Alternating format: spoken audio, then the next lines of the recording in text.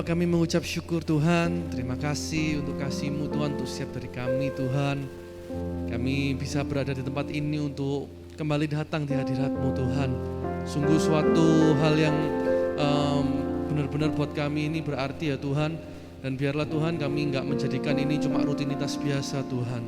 Tapi benar-benar kami hari ini mau datang ke hadirat-Mu untuk kami benar-benar membenarkan hati yang terbaik untuk Engkau ya Tuhan. Terima kasih ya Tuhan.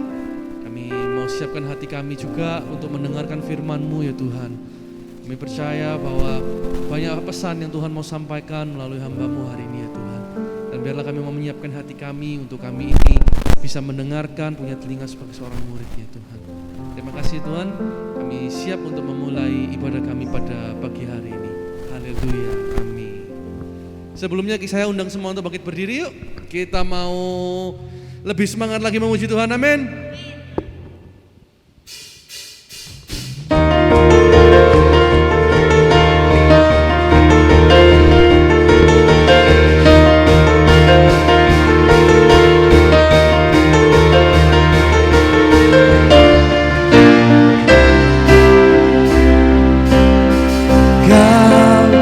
Batuku dan Kau, kota bentengku, tak akan ku ragu.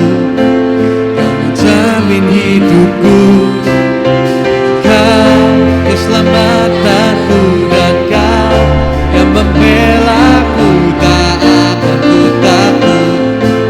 Kuasa-Mu di dalamku, walau badai menerpa di dalam hidupku ini.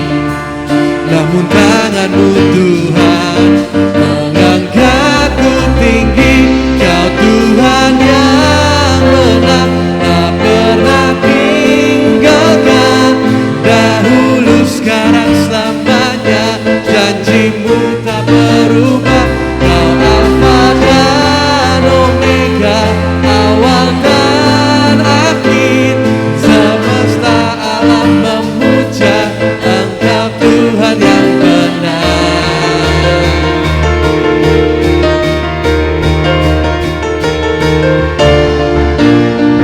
Kau gunung batuku Tuhan, gunung batuku dan Kau kota bentengku, tak akan ku ragu. Kau menjamin hidupku, Kau keselamatanku, dan Kau yang membelaku, tak akan ku takut. Kuasa-Mu di dalamku, walau badai menerpa di dalam hidupku ini. Namun tangan-Mu Tuhan mengangkatku tinggi. Kau Tuhan yang benar, tak pernah tinggalkan. Dahulu, sekarang, selamanya, janji-Mu tak berubah. Kau Alfa dan Omega, awal dan akhir. Semesta alam memuja Engkau Tuhan yang benar. Pernah tinggalkan. Dahulu, sekarang, selamanya, janji-Mu tak berubah. Kau Alfa dan Omega, awal dan akhir. Semesta alam memuja Engkau Tuhan yang benar.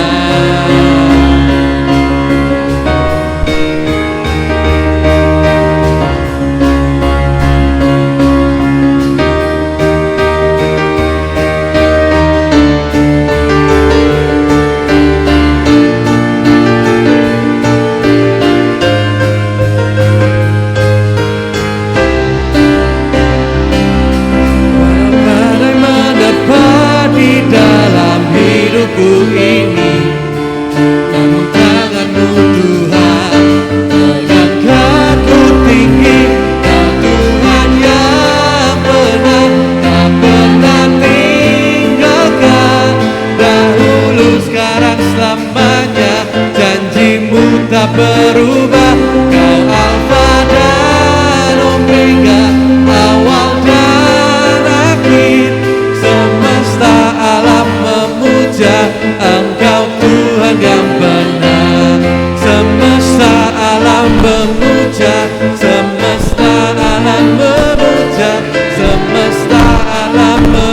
puja, Engkau Tuhan yang benar.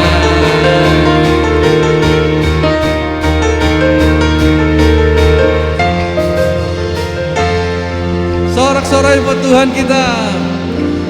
Saya persilakan duduk.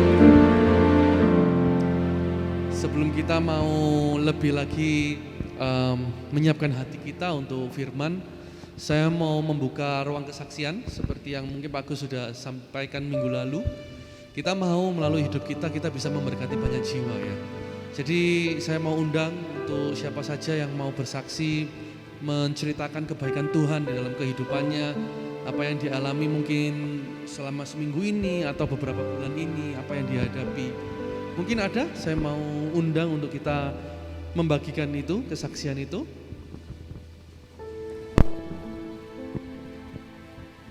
Jangan malu-malu guys. Menceritakan kebaikan Tuhan, ada yang mau?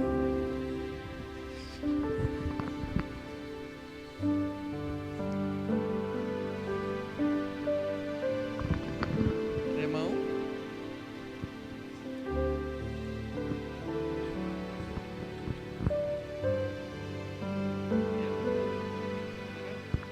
Oke, beri tepuk tangan dong.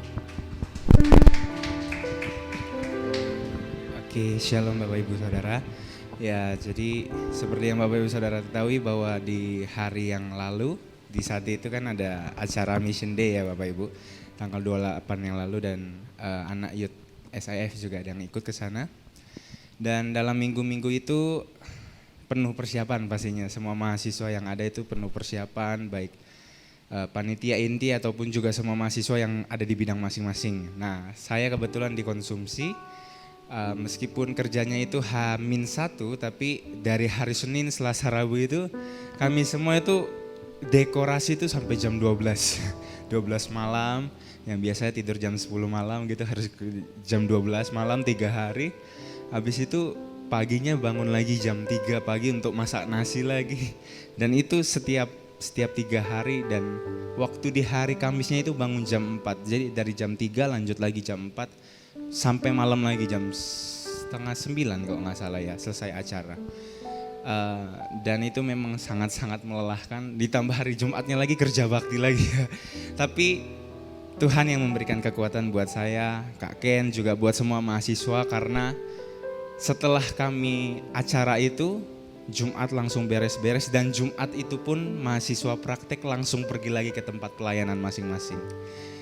Kami yakin percaya kalau tanpa Tuhan yang ada bersama kami, seperti tadi pujian yang dinaikkan, Kau Tuhan yang benar. Tuhan yang benar yang memberikan janji buat kita bahwa Dia tidak akan pernah meninggalkan kita. Dia yang selalu memberikan kekuatan bagi kita. Itu saja, Tuhan Yesus memberkati. Terima kasih untuk sharingnya.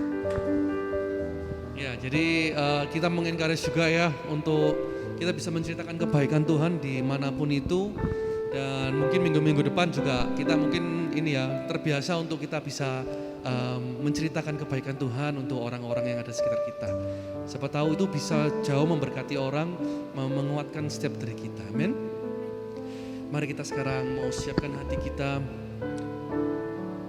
Mari kita mau pakai waktu-waktu ini untuk kita datang ke hadirat Tuhan. Terima kasih Tuhan.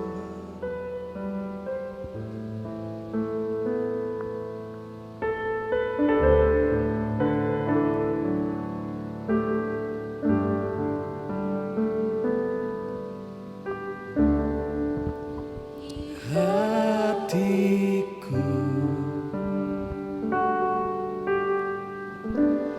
dengan hadir-Mu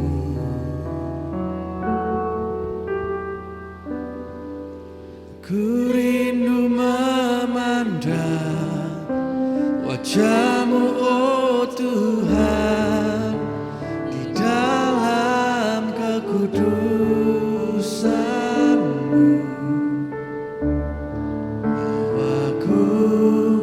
Dekat dalam hati-Mu,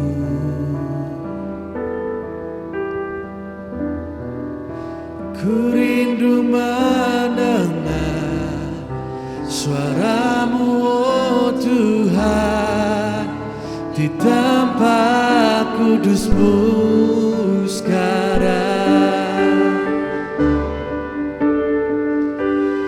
Ku rasakan kasih-Mu dan indahnya kekudusan-Mu, penuhi dengan kasih-Mu, diam di hadirat-Mu.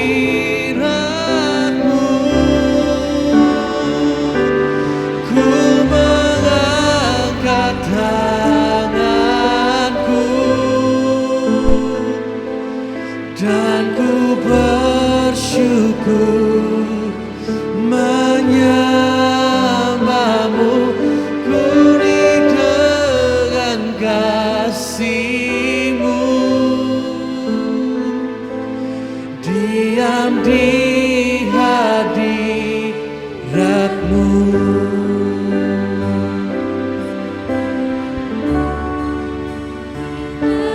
Hatiku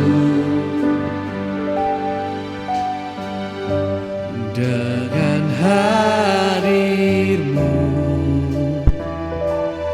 kami rindu Tuhan, wajah-Mu oh Tuhan, di taman kekudusan-Mu. Aku dekat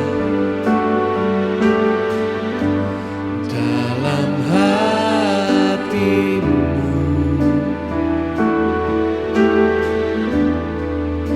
Ku rindu mendengar suara-Mu oh Tuhan, di tempat kudus-Mu sekarang. Mari kita nyanyikan lagu ini bersama, kita bangkit berdiri. Aku rasakan kasih-Mu dan indahnya kekudusan-Mu, penuhi dengan kasih-Mu, diam di hadirat-Mu.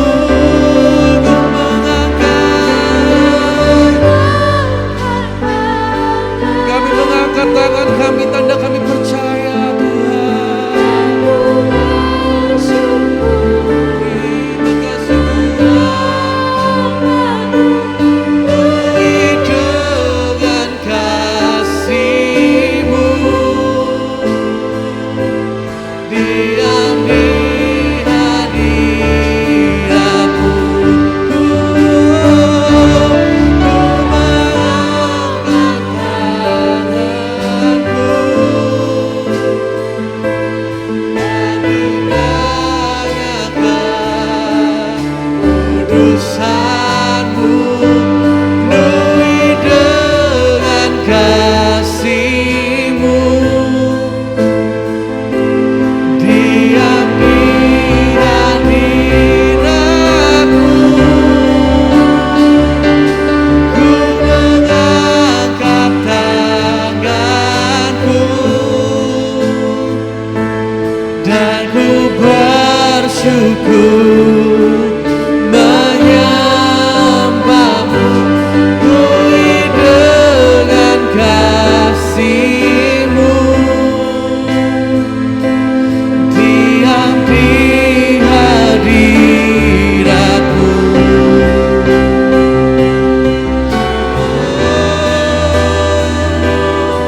Ini kerinduan kami Tuhan, untuk ada di hadirat-Mu Tuhan.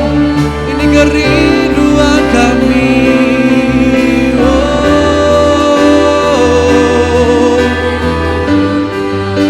Biar setiap kita hari ini, mari kita naikkan pujian dan syukur buat Tuhan kita, karena Dia Allah yang baik, karena Dia Allah yang selalu ada buat kita. Oh,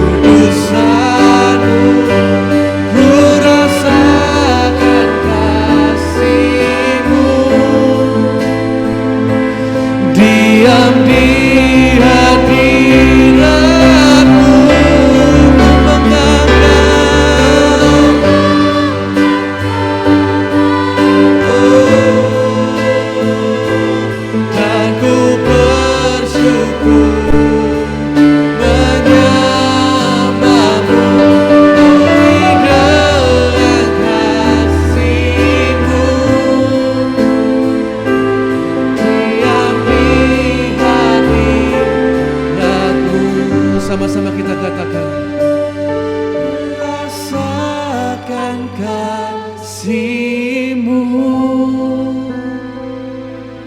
dan indahnya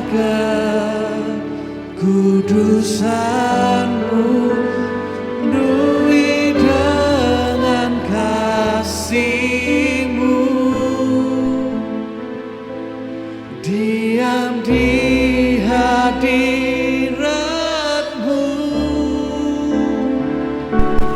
Ku mengangkat tanganku dan ku bersyukur menyembah-Mu, penuhi dengan kasih-Mu, diam di hadirat-Mu,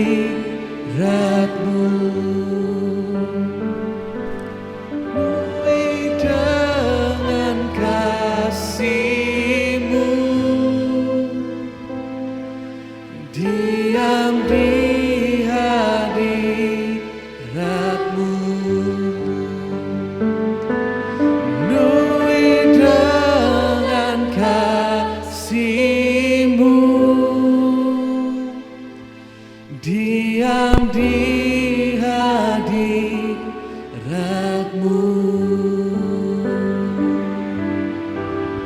Terima kasih Tuhan. Ini kerinduan kami Tuhan, kalau kami bisa berada di dalam hadirat-Mu Tuhan. Kami percaya Tuhan bahwa hanya tinggal di hadirat-Mu aja, itu adalah yang kami tunggu Tuhan. Terima kasih Tuhan, terima kasih Tuhan. Saudara, lagu ini yang akan kita nyanyikan sebentar lagi, ini adalah sebuah lagu lama. Sebuah lagu lama yang kata-katanya very simple ya. Kata-katanya itu cuma ngomongkan bahwa aku ini mengasihi Engkau Tuhan dengan segenap hatiku. Aku mau merenungkan firman-Mu siang dan malam. Somehow mungkin kayak ketika menyanyikan lagu ini aku merasa kayak wow, sebenarnya kita ketika kita datang ke hadirat Tuhan itu harus dengan sesimpel itu. Jangan kita ditutupi oleh kayak oh Tuhan aku seperti ini dan seperti itu. Tapi mari kita datang ke hadirat Tuhan dengan hati yang terbuka. Kita ngomong bahwa aku mengasihi Engkau Tuhan. Dan melayani Engkau, merenungkan firman-Mu, itu adalah kerinduan kami semua Tuhan. Karena aku percaya bahwa apapun yang kita lakukan di dalam kehidupan ini, tidak ada yang bisa sama ketika kita itu berada di dalam hadirat-Nya. Kita mungkin bisa berusaha dengan kekuatan kita sendiri, tapi hasilnya biasa nol, gitu loh. Tapi ketika kita diam di hadirat Tuhan, mungkin sepertinya tidak terjadi apa-apa. Tapi Tuhan bekerja di dalam hadirat-Nya untuk mengubahkan setiap dari kita. Amin. Mari kita mau memaknai lagu ini, kita mau menyanyikan lagu ini dengan sungguh-sungguh. This is my simple song. Mari kita nyanyikan lagu ini dengan Tuhan, dengan benar-benar kita mau minit bahwa kita mengasihi Engkau Tuhan dengan segenap hatiku. Amin.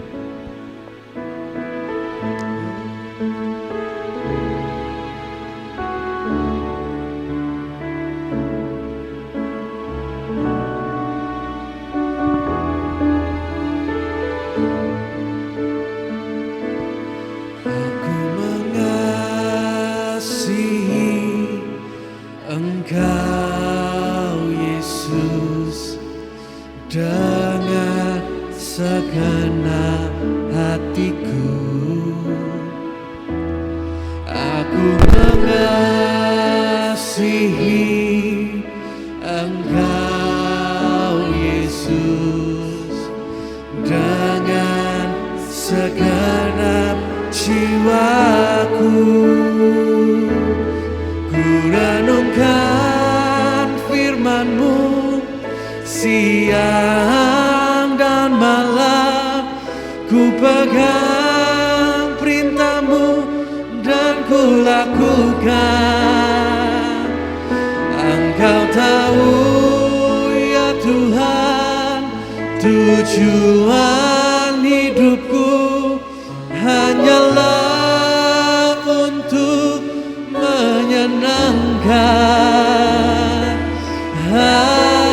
hatimu. Kami mengasihi Engkau Tuhan. Engkau Yesus dengan segenap hatiku. Aku mengasihi Engkau Yesus dengan segenap. Mari kita ulangi dari awal. Kita mau sampaikan bahwa kita mau mengasihi Yesus dengan segenap hati kita.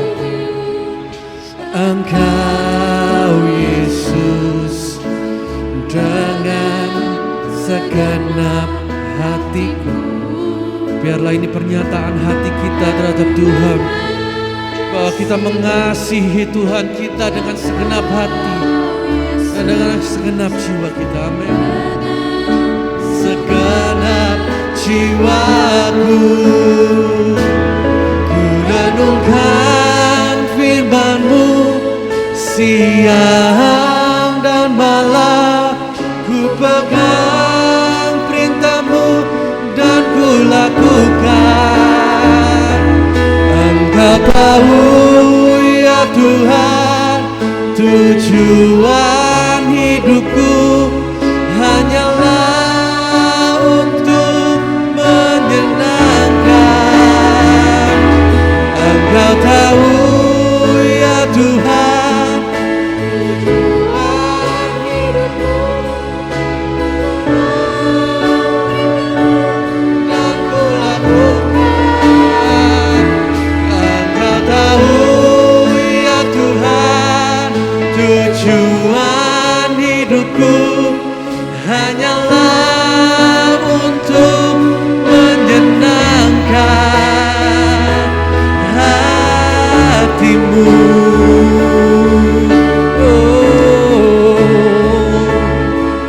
Ini tujuan kami Tuhan, menyenangkan hatimu.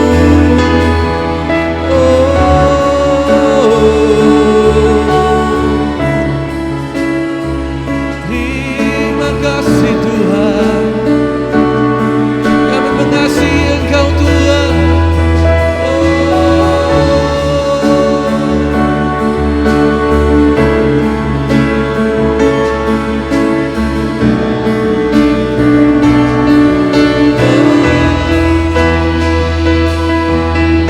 Kan firman-Mu siang dan malam, ku pegang perintah-Mu dan ku lakukan. Engkau tahu ya Tuhan, tujuan hidupku hanyalah untuk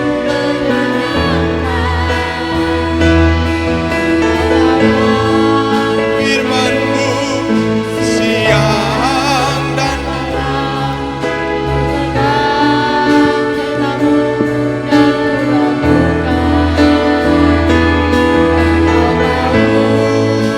Tuhan, tujuan hidupku hanyalah untuk menyenangkan hatimu.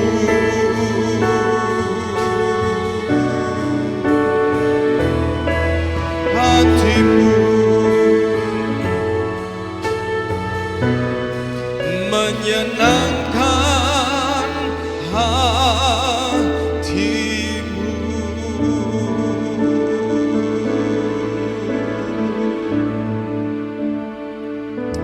Terima kasih Tuhan buat kesempatan untuk kami menyatakan sekali lagi bahwa kami mengasihi Engkau ya Tuhan.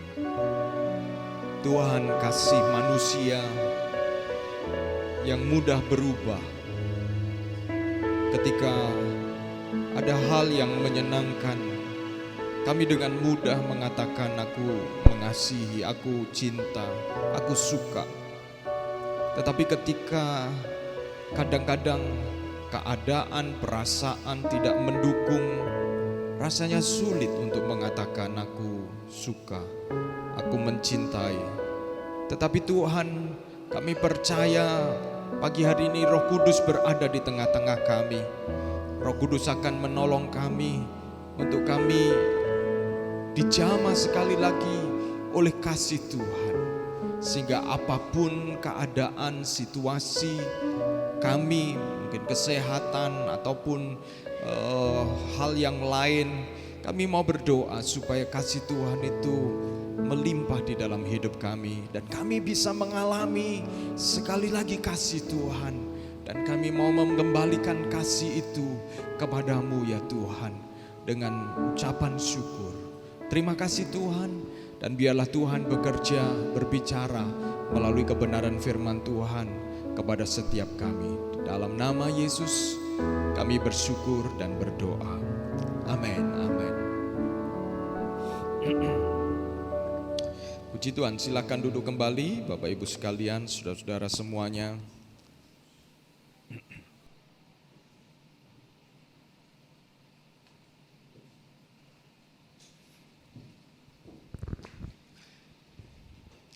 Ya, terima kasih untuk tim worship yang sudah membantu kita untuk bersama-sama memuji Tuhan di dalam ibadah. Ibadah Kristen adalah sebuah kegiatan yang bagi kita Pentakosta Karismatik bukan hanya menjalankan sebuah ritual, ya, menyanyi, berdoa, tetapi kita mengharapkan, saudara-saudara, kita mengharapkan juga God's presence, hadirat Tuhan ada bersama dengan kita dan kita mengalami itu, mengalami hadirat Tuhan. Jadi berbeda saudara-saudara, kalau saudara perhatikan ada ibadah agama yang biasanya itu ya pokoknya dari pihak manusia menjalankan sebuah kewajiban gitu aja ya, menjalankan rutinitas ya, kalau hari Minggu atau hari apa pokoknya datang. Tetapi ibadah Pentakosta Karismatik itu adalah ibadah yang juga mengharapkan adanya pengalaman bersama dengan Tuhan, mengalami Tuhan, dan kita mempercayai bahwa ibadah itu adalah sebuah latihan rohani bagi kita untuk mendisiplin, dan selain mendisiplin kita mengharapkan adanya pengalaman bersama dengan Tuhan. Amin. Nah, saudara-saudara, di bulan Oktober ini kita masuk bulan Oktober. Ya, apa kabar semuanya Oktober? Siapa yang ulang tahun bulan Oktober? Oh, haleluya ya. Ada yang ulang tahun hari ini bulan Oktober ya saudara-saudara ya. Jadi Oktober boy sama Oktober girl ya. Dan saudara-saudara, berapa waktu ini cukup panas ya, hari-hari cuaca begitu panas sekali. Di Malang pun yang lalu ketika ada hari misi, wow, seluruh gedung ditutup karena memang mengharapkan lighting dan semua dapat maksimal sehingga jendela-jendela ditutup, dan itu ada sekitar bisa mungkin 300 lebih, hampir 400 orang ada di dalam gedung itu. Mereka orang muda lompat-lompat, wow. Rasanya itu kalau saudara masuk ke situ, saudara-saudara itu masuk ke oven, saudara-saudara. Saya sendiri nggak kuat, saudara-saudara. Pembicaranya juga sampai nggak kuat, pembicaranya keluar karena saking semua jendela ditutup dan cuaca panas. Kemudian ketika kami berkumpul dengan para pengantar, para gembala yang mengantar jemaatnya, ngobrol-ngobrol, Pak Agus, kenapa enggak sewa standing AC Pak Agus? Oke, saya bilang usul standing AC berapa? Langsung saya bilang, kebetulan kami ngopi di salah satu rumah dosen ya, di salah satu rumah dosen tuh ada yang hobinya membuat kopi begitu ya, belakang rumahnya. Jadi kami menyebutnya kafe Embah begitu ya saudara, karena ada wayang dan lain sebagainya. Lalu kemudian saya bilang, ini gembala-gembala jangan hanya usul aja, tolong tuan rumah ambilkan kantong kolektor. Usul ini langsung harus diikuti aksi, saudara-saudara. Kadang-kadang banyak orang usul ya, saudara-saudara. Tetapi kemudian biasanya usul-usul aja begitu. Dan saya mengatakan, standing AC ini berapa begitu ya, ini aja. Dan saya bilang, next time mungkin kita akan usahakan supaya lebih sejuk. Tetapi saudara-saudara, apapun itu, segala usaha kita, kesibukan kita, saudara-saudara, selalu ada celah, ada kekurangan, begitu ya, ada kekurangan. Dan saudara-saudara, di bulan Oktober ini, saya mengajak kita untuk merenungkan, saya beri tema 1 bulan Oktober ini, In the Name of Jesus. In the Name of Jesus. Tema ini saya susun karena saudara-saudara, saya mempercayai, saya meyakini bahwa sesudah Yesus mati dan kemudian bangkit, saudara-saudara, maka kemudian di dalam kitab Kisah Para Rasul dikatakan tidak ada nama lain yang menyelamatkan selain nama Yesus. Jadi ketika berbicara tentang nama Yesus, bukan hanya sekedar nama saja, sama seperti semua nama, tetapi kemudian nama Yesus juga dipakai sebagai akhir dari doa kita. Jadi nama itu bukan hanya sekedar nama atau sekedar kalau kita itu seperti menyebut sebagai ya kalau berdoa diakhiri nama Yesus ya diakhiri dengan nama Yesus, itu aja. Tetapi ada maksud tertentu di dalam Alkitab ketika disebut nama Yesus. Bahkan kemudian di dalam kitab Filipi dikatakan nama Yesus lebih tinggi dari segala nama. Nah saudara-saudara, apa arti nama Yesus? Apa maksudnya ketika orang menggunakan nama Yesus? Dan salah satu yang kita akan renungkan pada pagi hari ini sebenarnya kemungkinan di dalam bulan Oktober ini kita akan membahas satu bagian dari Alkitab Matius pasal 4 ketika Tuhan Yesus dicobai. Ketika Tuhan Yesus dicobai, saudara-saudara. Kita lihat terlebih dahulu di dalam Matius pasal 4 ayat 1 sampai 4. Matius pasal 1 ayat 1 sampai 4. Saya bacakan buat kita semuanya, Matius pasal 4 ayat 1 sampai 4. Maka Yesus dibawa oleh Roh ke padang gurun untuk dicobai iblis.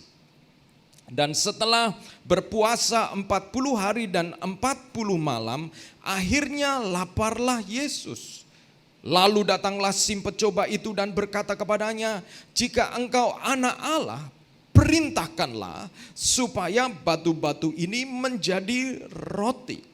Tetapi Yesus menjawab, ada tertulis, manusia hidup bukan dari roti saja, tetapi dari setiap firman yang keluar dari mulut Allah. Saudara-saudara, ayat yang kita perlu highlight, hafal, next slide itu adalah ayat yang keempat. Ya, coba saudara-saudara, sebelum saya bahas bagian ini, saudara-saudara, mari kita baca sekali lagi ayat yang keempat dari Matius pasal 4 bersama-sama. 2, 3. Tetapi Yesus menjawab, ada tertulis manusia hidup bukan dari roti saja, tetapi dari setiap firman yang keluar dari mulut Allah. Ada tertulis manusia hidup bukan dari roti saja. Jadi ini menarik. Bukan dari roti saja, ada kata saja, ya. Tetapi dari setiap firman yang keluar dari mulut Allah. Saudara-saudara, ini adalah sebuah peristiwa di mana Yesus dicobai. Siapa di antara saudara-saudara yang belum pernah mengalami cobaan atau godaan? Siapa yang belum pernah tergoda atau digoda? Ya saudara-saudara. Saudara-saudara, godaan itu datang kapan saja. Kadang-kadang tidak diduga-duga, saudara-saudara. Kadang-kadang pada waktu saudara dalam keadaan capek, pada waktu saudara sedang sibuk, atau saudara-saudara sedang nganggur. Ya. Pencobaan itu datang kapan saja, saudara-saudara. Dan pencobaan itu kalau saudara perhatikan, pencobaan atau godaan. Saudara kalau saudara tergoda kepada sesuatu yang saudara di dalamnya ada keinginan. Kalau saudara nggak ada keinginan, saudara nggak akan tergoda. Betul ya? keinginan kita itu ibarat sensor yang kalau godaan yang sesuai keinginan kita, kita seperti merespon tawaran dari godaan yang sesuai dengan keinginan kita. Kalau saudara nggak menginginkan, ya kemungkinan kecil sekali untuk saudara tergoda. Jadi, nah pertanyaannya, apakah kita tidak punya keinginan? Kita punya banyak keinginan, itu sebabnya kita bisa tergoda dengan berbagai macam hal karena kita punya keinginan. Berapa waktu yang lalu, pada waktu saya di transit di Singapura, saudara-saudara, begitu landing lalu keluar dari pesawat lalu masuk, kemudian ya semua screening dan lain sebagainya, lalu masuk untuk transit, dan kemudian saya mencari tempat untuk istirahat sebentar dan kemudian saya duduk. Setelah saya duduk, saudara-saudara, karena transit cukup lama, waktu itu saya cari PW, posisi wena ya saudara-saudara, karena lama ya saudara-saudara. Dan kemudian waktu saya duduk, saya lihat di samping saya ada power bank saudara-saudara, orang ngecas power bank. Saya lihat kiri kanan sepi gitu. Terus saya tanya orang apakah itu power banknya, mereka mengatakan bukan gitu ya saudara-saudara. Nah, dan saudara-saudara, saya karena tidak ada keinginan untuk punya power bank ini tidak menjadi godaan untuk saya. Tapi kalau ada orang yang mungkin scrolling sebelumnya, aku ingin beli power bank, perlu power bank begitu ya. Karena ini baterai handphoneku ini sering mungkin karena sering dipakai sehingga perlu power bank. Kalau dia ada keinginan, kira-kira menurut saudara ketika melihat power bank ada di samping dan tanya, tidak ada orang yang kemudian merasa memiliki, kemungkinan pemiliknya udah terbang saudara karena transit ya saudara, dan entah kemana saudara tidak mungkin menemukan pemilik itu saudara. Kira-kira saudara, menurut saudara, orang yang sebelumnya mungkin mau beli power bank, kira-kira ketika melihat power bank ini tergoda enggak saudara untuk memiliki? Tergoda kan? Tergoda. Dan kalau dia Kristen, kalau dia cukup rohani, dia mengatakan, puji Tuhan, Tuhan memberkati saya. Lalu muncullah apa? Rasionalisasi. Untuk bisa kemudian memiliki power bank dan kemudian tidak terlalu merasa bersalah. Karena mungkin, ini daripada nanti dimiliki oleh orang, kalau saya serahkan polisi itu juga mungkin dibawa pulang ke rumah. Ya. Ini pemiliknya mungkin sudah ikhlas. Nah itu saudara ingat ya. Pemiliknya udah ikhlas. Dan kalau saudara menerima barang dari seseorang yang ikhlas, maka saudara juga ikhlas memilikinya. Betul ya saudara? Saudara perhatikan bahwa pencobaan atau godaan itu berhubungan dengan keinginan kita. Berhubungan dengan keinginan kita.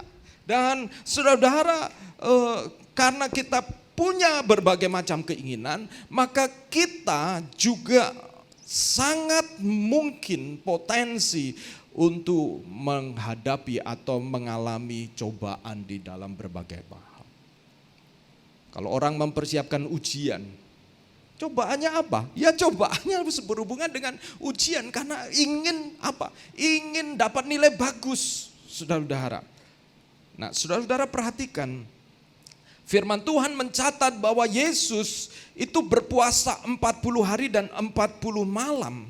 Dan dikatakan akhirnya laparlah Yesus.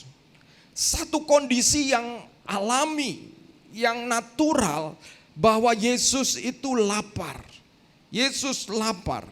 Dan datanglah kemudian roh atau pencoba, yaitu iblis, itu berkata kepada Yesus, jika engkau anak Allah, perintahkanlah supaya batu-batu ini menjadi roti. Jika engkau anak Allah, perintahkanlah supaya batu-batu ini menjadi roti. Saudara-saudaraku, yang pertama saya melihat adanya pencobaan untuk menjadi relevan. Apa yang saya maksud di sini? Saudara-saudara, iblis pencoba datang dan memberikan pencobaan kepada Yesus untuk mengubah batu batu menjadi roti.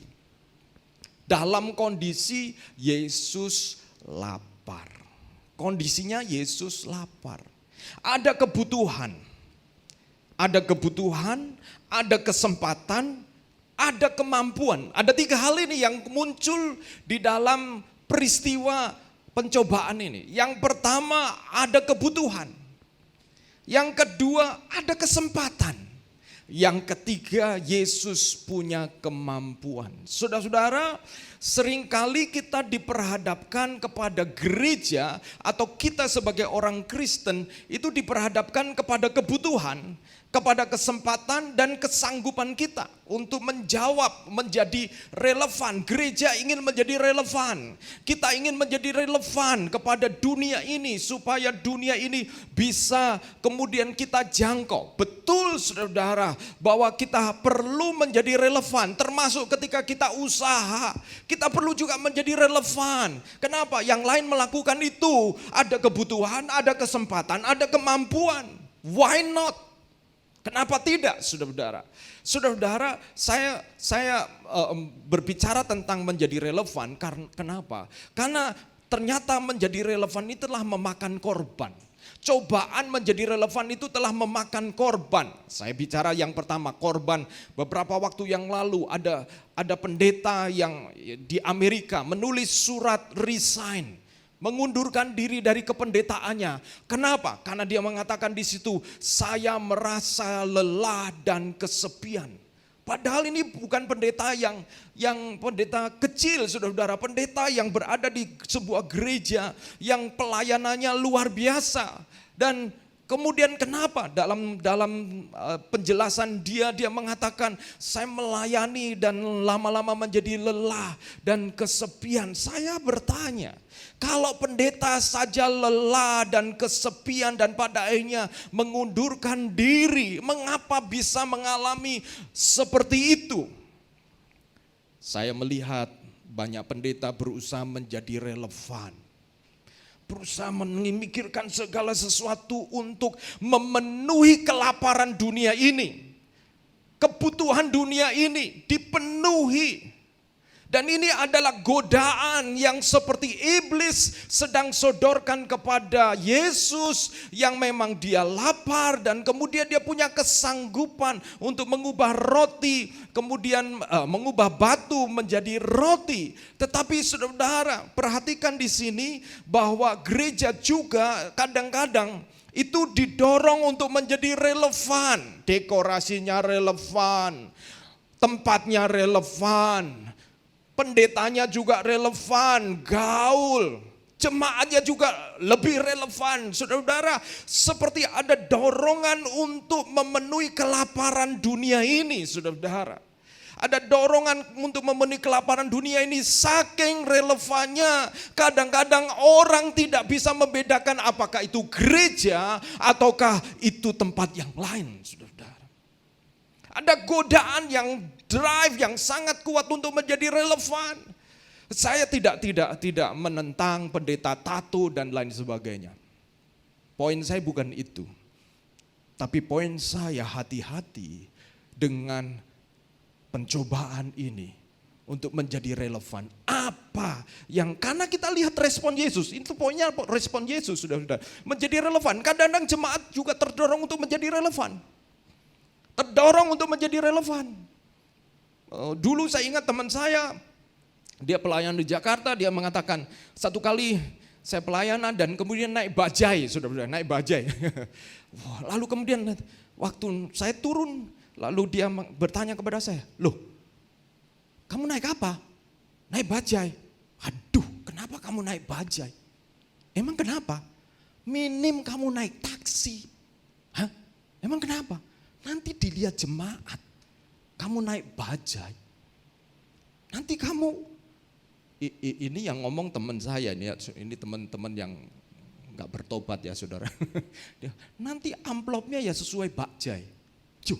Saya kaget begitu ya saudara. inikah Jakarta? Saya mau begitu, saudara. Saudara, kadang-kadang hati saudara sebagai jemaat yang tulus kemudian bisa menjadi tawar oleh karena melihat hal-hal seperti ini. Karena ada orang-orang yang terjebak untuk menjadi relevan, termasuk gereja dirancang sedemikian juga seperti sebuah perusahaan, saudara. Dihitung pemasukan, pengeluaran, saudara, itu memang nyata. Ada pengeluaran yang besar sehingga kemudian diperlukan sebuah pemasukan, sehingga diperlukan kehadiran sedemikian rupa, crowd sedemikian rupa. Saudara, saya bersyukur kalau ada gereja-gereja yang dipenuhi oleh jiwa-jiwa. Tetapi jiwa-jiwa itu dari mana? Kalau jiwa-jiwa itu hanya pindahan dari gereja lain kepada gereja itu, dan kemudian ada dorongan untuk memindahkan orang begitu saja, ingin menjadi relevan, dorongan menjadi relevan bisa merupakan cobaan dari si iblis, saudara. Cobaan dari si iblis yang bisa, dan karena banyak orang lapar sehingga mengubah batu menjadi roti.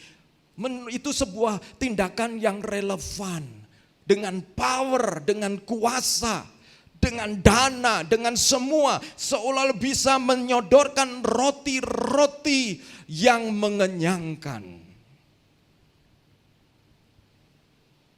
Dan ini, saudara, cobaan menjadi relevan itu seringkali tekanannya adalah kepada hasil, termasuk ketika saudara bekerja. Hasilnya apa? Hasilnya, iblis ini perhatikan, iblis itu menekankan hasil di sini. Iblis berkata, jika engkau anak Allah, perintahkanlah batu ini menjadi roti. Saudara, iblis menekankan roti. Endingnya menekankan roti karena, saudara, ayat sebelumnya dikatakan Yesus berpuasa 40 hari dan laparlah dia. Kalimat akhir menyatakan kondisi Yesus yang lapar. Kalimat akhir yang disampaikan oleh si pencoba yaitu roti. Nah, ini ketemu, lapar ketemu roti, pas, saudara. Kadang-kadang saudara di dalam pekerjaan saudara ada di dalam status berpuasa di dalam pekerjaan. Status kadang-kadang, aduh ini kok sepi ya, saudara, seperti puasa terpaksa. Dan kadang-kadang ada tawaran untuk mengubah batu menjadi roti. Apakah salah? Kalau perhatikan, jika engkau anak Allah, nampaknya iblis tahu bahwa Yesus punya kesanggupan.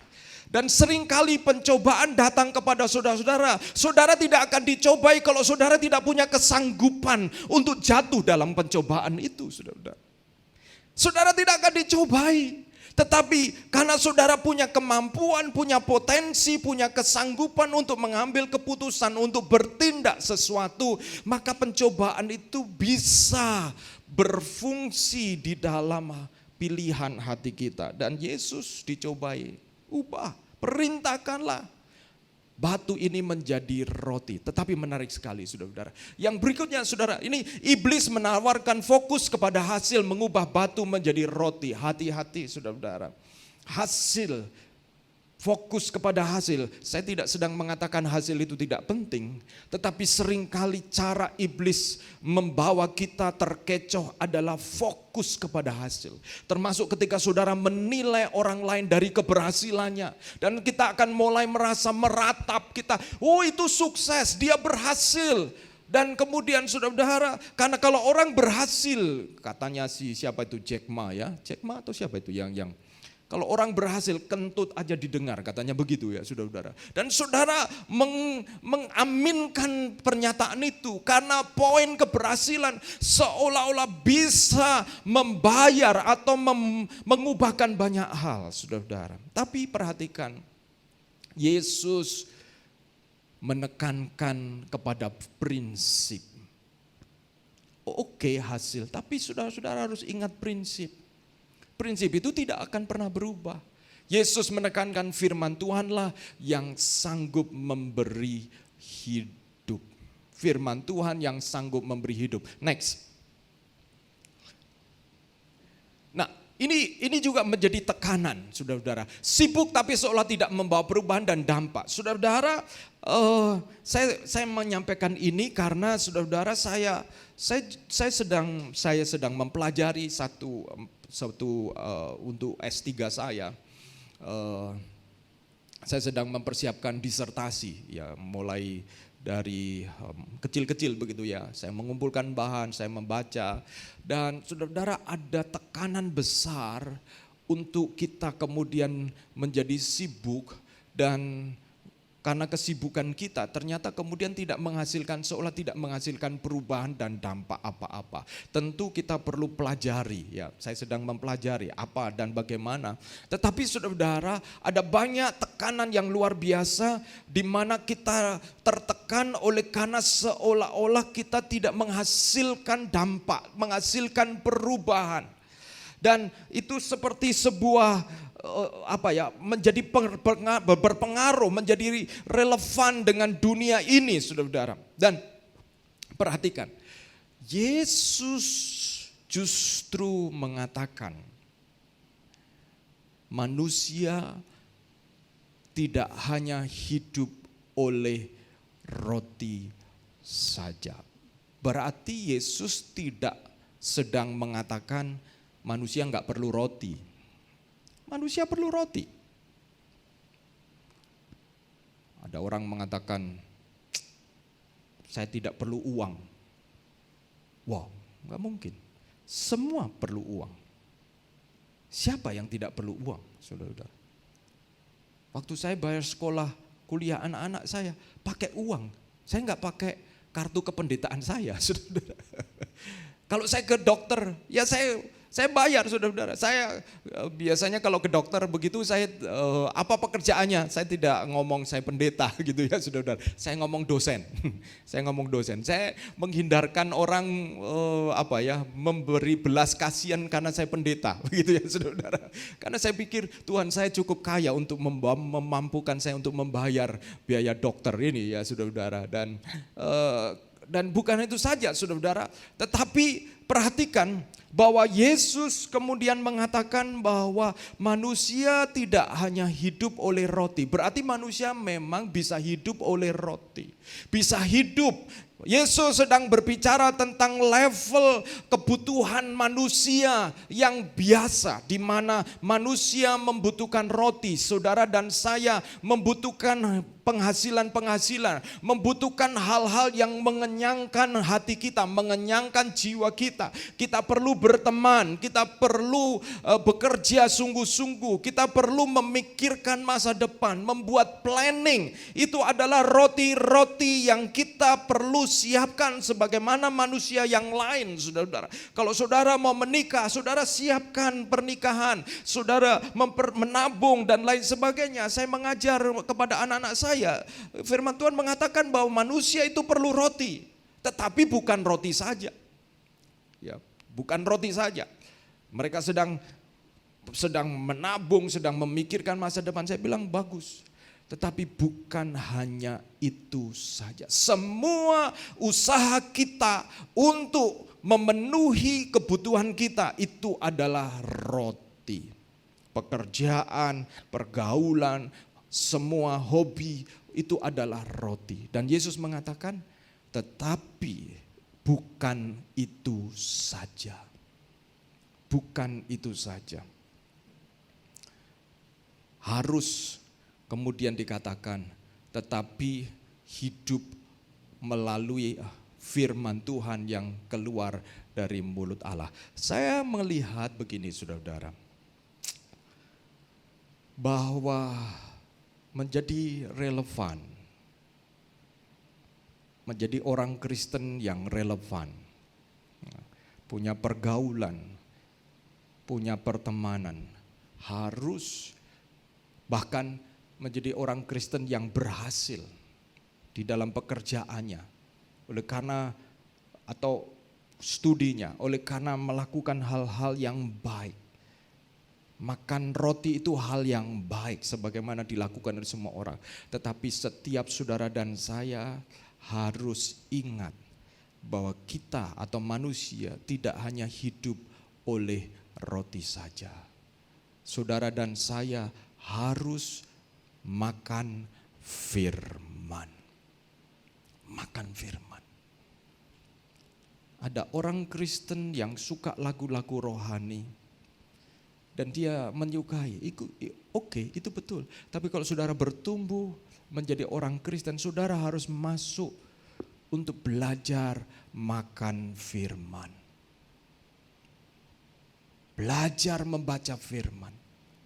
Belajar menangkap firman yang keluar dari mulut Allah. Ada orang-orang Kristen yang kalau ke gereja, saya nggak tahu dia selain hari Minggu dia dengar firman dari mana. Tetapi saudara, itu seperti paket hemat, saudara.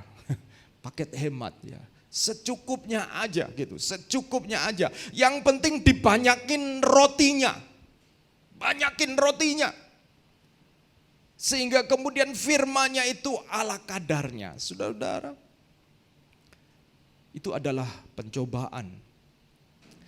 Saudara, yang lalu saya waktu pernikahan adiknya Stefani, ngobrol dengan teman-teman yang dari Bali, bertanya kepada saya, Pak Agus, setelah COVID, gerejanya, jemaatnya yang kemudian tidak kembali lagi, ya, karena sudah terbiasa gitu ya, sudah terbiasa puasa, libur, saudara. Kira-kira berapa persen, Pak? Wow, saya hitung-hitung begitu ya, saudara. Berapa persen ya, saudara ya? Berapa persen? Ya kebetulan kita memang jumlahnya segitu gitu ya, saudara. Justru kemudian saya bilang, ya karena sebagian juga adalah pengerja, saya ngomong begitu. Memang pada waktu COVID itu yang pelayanan ya bisa dihitung jari, nggak sampai 10 gitu, yang pelayanan. Tetapi setelah kemudian COVID selesai, puji Tuhan ya, relatif semua kembali gitu. Dan mungkin sekitar 2-3% saya ngomongkan, sampai mungkin 5% yang kemudian ya nggak jelas begitu, nggak jelas. Wow, bagus ya Pak, saya bilang. Ya 5% dari berapa dulu, saya bilang gitu ya saudara. 5% dari berapa? Kalau saya tanya, yang di Bali berapa persen Pak? Dia mengatakan, wah Pak, di tempat kami mungkin bisa 15-20% tidak kembali. Ada gereja juga lain di Surabaya ini, yang ibadahnya sebelumnya mungkin sekitar berapa ribu gitu, teman saya memberitahu ya, mungkin sekitar berapa ya? Itu kira-kira mungkin hilang bisa 30%. Bukan itu saja. Ada gereja yang setelah COVID ini dijual, saudara-saudara. Dijual. Saya tanya, kenapa bisa dijual?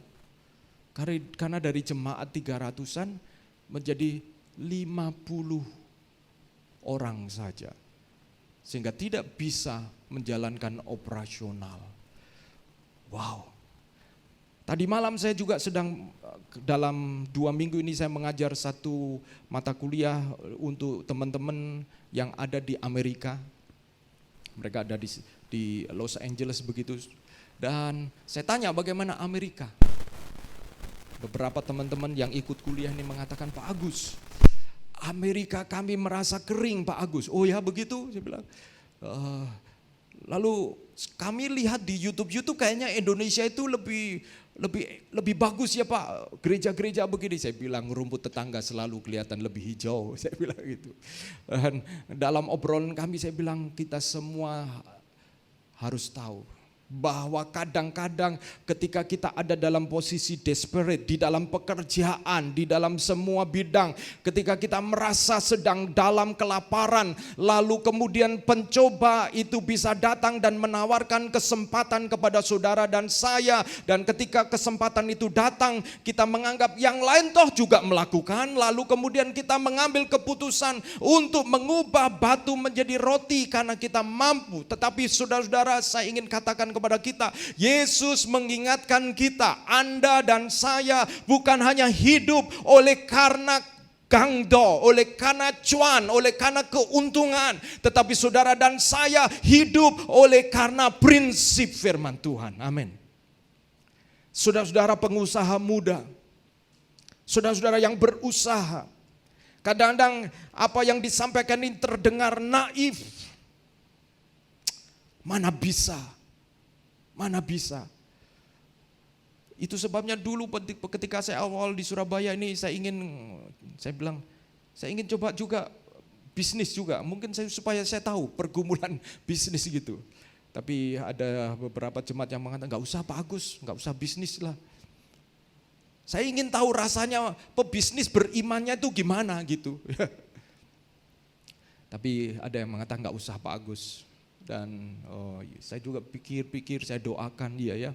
Kalau saya bisnis nanti jemaat menceritakan kesulitan bisnisnya, jangan sampai ada konflik of interest gitu ya saudara-saudara. Saya bisnis air gitu ya. Makanya pernah ada yang kemudian menawarkan untuk menjadi penyalur multi level marketing begitu ya saudara-saudara. Ngomongnya, Pak Agus nanti kalau ada jemaatnya sakit, kan selain didoakan, ditawarkan obat ini kan boleh juga Pak Agus. Jadi berdoa dan berusaha. Ora et labora begitu ya saudara. Saya kemudian, iya saudara-saudara. Saya tanya, kalau dia sembuh, kira-kira karena doa atau karena obatnya? Saya tanya, ya dua-duanya bisa. Saya bilang enggak lah, saya bilang. Biar kalau dia perlu beli obat itu cari orang lain. Saya ingin pure hati saya. Mungkin saya terbatas untuk memahami ya bagaimana pergumulan di dalam dunia bisnis. Tapi menurut saya kita tidak harus menjadi segala-galanya untuk bisa mengatakan bahwa manusia tidak hanya hidup oleh roti saja, tetapi oleh setiap firman yang keluar dari mulut Allah. Firman tetap firman. Saya bersyukur kalau saudara-saudara dan semua ketika saudara memulai usaha, saudara belajar berjalan. Kadang-kadang tidak mudah. It's okay. Murid Yesus saja pernah melakukan kesalahan-kesalahan, tapi bangkit lagi. Saudara menjadi pengusaha, ada cobaan untuk menjadi relevan dalam pengertian saudara. Dan kemudian mengikuti jalan-jalan itu saudara. Mengubah batu menjadi roti sesuai dengan kemampuan. Yang penting jadi roti. Yang penting bisa untuk makan. Yang penting begini. Tetapi saudara harus konsultasi. Apa kata firman Tuhan terlebih dahulu. Karena manusia bukan hanya hidup oleh roti saja, tetapi oleh setiap firman yang keluar dari mulut Allah. Saudara-saudara, saya berdoa ya melalui pesan firman Tuhan, the temptation to be relevant. Kadang-kadang ada tren, kadang-kadang ada dorongan. Tetapi saudara harus bertanya kepada Tuhan melalui firman Tuhan. Apa kata firman? Dan yang kedua, saudara sebagai orang-orang muda, ayo belajar firman. Karena saudara akan menjadi kuat di dalam Tuhan. Hafalkan firman. Karena firman yang kita hafalkan itu menjadi pagar buat kita. Firman yang kita hafalkan itu mampu Tuhan pakai untuk kita menjadi berkat buat orang lain. Hafalkan firman. Karena ketika kita siap dengan makanan firman, ketika ada orang yang jiwanya lapar, saudara yang belajar firman, siap melayani. Gak harus ayo saya ajak ketemu pendeta saya, enggak harus saudara. Saudara sudah siap firman. Bukan itu saja, ada tekanan besar untuk kemudian ini hamba-hamba Tuhan muda lulusan sekolah teologi ini kadang-kadang menjadi kecil hatinya ketika melihat para giant, hamba Tuhan yang kemudian punya nama, yang kadang-kadang luar biasa. Tapi saya katakan, kalau kalian punya firman dan siap punya hati untuk memberi makanan firman kepada jiwa-jiwa, lakukan. Saudara-saudara, toh nanti ketika kita di surga, saudara tidak ditanya pendetamu siapa.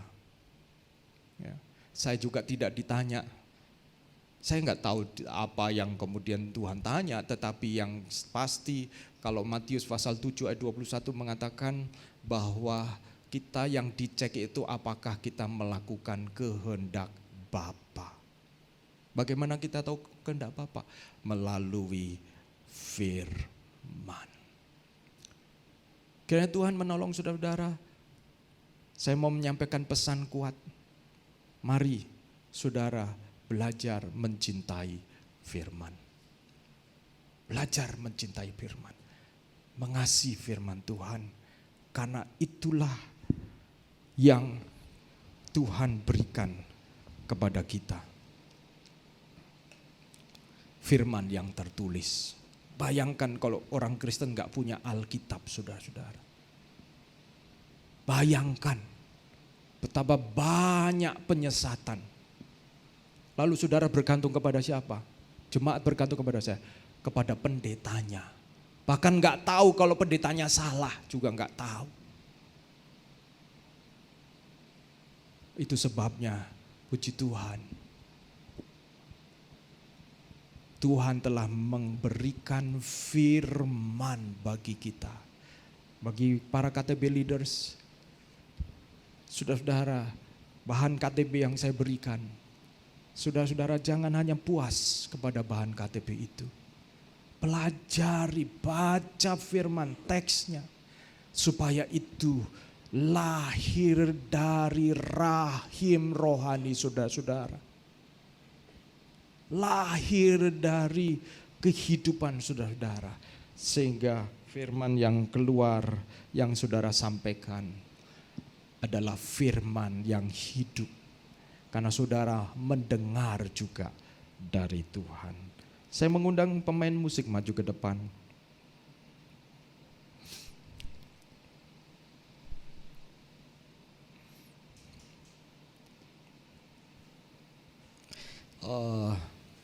Sementara sebelum pemain musik maju ke depan memainkan musik, saudara saya next, tolong slide terakhir, Henry. Nah ini, tahun 2018 ada satu peristiwa, saya kaget ada peristiwa yang seperti ini. Ada seorang yang bernama Amber Guyger, dia seorang polisi wanita di Dallas yang pada tanggal 6 September 2018 setelah dia bekerja kurang lebih 15 jam hari itu karena dia membantu tim yang menangkap ada 2 robber, ada 2 perampok. Dan dalam kondisi capek dia sampai di rumah kira-kira jam 10 malam. Dan dia baru menempati apartemennya kurang lebih 2 bulan, saudara-saudara. Dan ketika dia parkir di apartemen, lalu dia pergi ke apartemennya. Dan ketika dia coba buka pintu apartemennya, ternyata apartemennya tidak terkunci, saudara-saudara. Dia kaget. Langsung dia ambil pistolnya. Dan ketika dia buka pelan-pelan, lampu mati gelap. Tetapi di ruang tamu ada pria kulit hitam sedang nonton televisi sambil makan ice cream. Wah, langsung pikiran polisi dan perempuan lagi ini berpikir, wow, ini ada penyusup di rumah saya. Langsung dia kemudian ingatkan orang itu, tanya orang itu, dan tidak berapa lama dia tembakkan 2 peluru ke arah dada orang tersebut. Dan orang tersebut kemudian terkapar dan akhirnya dia nyalakan lampu, saudara-saudara. Waktu dia nyalakan lampu, ternyata dia baru sadar itu bukan apartemennya, saudara-saudara. Apartemen tetangga. Dia salah masuk apartemen. Dan dia kemudian panik, dia memberitahu, melaporkan kepada 911, saudara-saudara. Tapi jiwa orang yang ditembak tidak tertolong lagi. Orang itu adalah seorang akuntan publik yang bernama Botham Jean. Dan ternyata Amber Guyger ini dia parkir salah lantai. Dia tinggal di lantai 3. Tapi dia parkir di lantai 4 dan langsung masuk ke apartemen lantai 4. Oleh karena kecerobohannya, Botham Jean ini mati. Dan itu peristiwa yang sangat heboh. Baru 3 hari kemudian si Amber Guyger ini kemudian baru ditangkap, saudara-saudara. Dan tetapi yang saya ingin sampaikan, kira-kira berapa waktu kemudian ketika 1 tahun kemudian, kalau saya tidak salah 2019, pengadilan dijalankan, maka adik dari Botham Jean ini ketika di pengadilan, dia mengeluarkan statement yang pada waktu itu membuat heboh, dan dia mengatakan begini, saya berbicara atas nama pribadi diri saya sendiri, bukan atas nama keluarga saya. Tapi saya ingin mengatakan bahwa saya mengampuni kamu. Dalam pengadilan itu dia mengatakan, dan kalau kamu meminta maaf saya mengampuni kamu. Dan kalau kamu sungguh-sungguh datang kepada Kristus, dia mengatakan, untuk meminta forgiveness, Kristus pasti juga mengampuni kamu. Dan dia mengatakan juga, saya tidak tahu bagaimana kakak saya, orang tua saya, tetapi saya tidak menginginkan hal yang buruk terjadi kepada kamu. Saya mengasihi kamu sebagaimana saya mengasihi orang lain. Dan luar biasa, anak muda ini umur 18 tahun, dia mengeluarkan kata-kata yang luar biasa, yang hidup, yang perlu didengar. Dan kemudian dia berkata kepada hakim, izinkan saya untuk memeluk Guyger, please, dia mengatakan. Sampai dia mengatakan meminta please 2 kali kepada hakim, dan akhirnya hakim mengizinkan. Dan waktu dia turun dari kursi saksi, kemudian dia turun, dan kemudian Guyger menghampiri dia. Mereka berpelukan, dan ada satu pengampunan luar biasa, saudara-saudara. Dan inilah yang saya maksud, bahwa kalau firman Tuhan sanggup mengubahkan, menguatkan seorang salah satu anggota korban oleh karena sebuah kebodohan. Saya tidak tahu bagaimana, apakah model seperti ini bisa terjadi di Indonesia. Betapa bodohnya, saudara-saudara. Dan kalau saya jadi keluarga ini, bisakah saya mengampuni?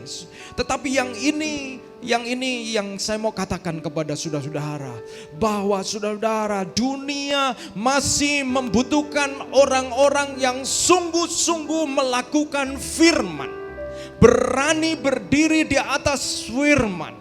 Sekalipun pada waktu itu, saudara-saudara, ada pergolakan karena ini kebetulan orang kulit hitam yang ditembak. Ada banyak orang berpikir, bagaimana kalau yang makan ice cream dan nonton TV itu orang kulit putih? Apakah dia langsung segera menembak? Andai kata, berandai-andai. Saudara-saudara, sampai pada waktu saya membaca ini, saya tidak sedang menghakimi mamanya, tapi mamanya masih sulit menerima untuk bisa mengampuni. Dan kenapa? Dari statementnya, sang mama membuat pernyataan-pernyataan berandai-andai. Saya berdoa supaya mamanya benar-benar mendengar firman dan bertanya kepada Tuhan. Karena kalau dia bertanya kepada Tuhan, tidak ada jawaban lain kecuali firman Tuhan akan mengatakan, forgive him, release him with your forgiveness. Saudara-saudara, apa yang kita hadapi? Kalau kita berandai-andai, bertanya-tanya kepada pihak yang lain seolah bisa menjadi relevan, Tapi saya mau dorong saudara untuk bertanya kepada Tuhan, kepada firman-Nya. Karena dunia membutuhkan makanan yang keluar dari mulut Allah, yaitu firman. Anak muda 18 tahun ini telah menyuarakan firman yang hidup dalam bentuk praktek. Mari kita datang kepada Tuhan, nyanyikan pujian ini. Datang Roh Kudus, kau ku rindu.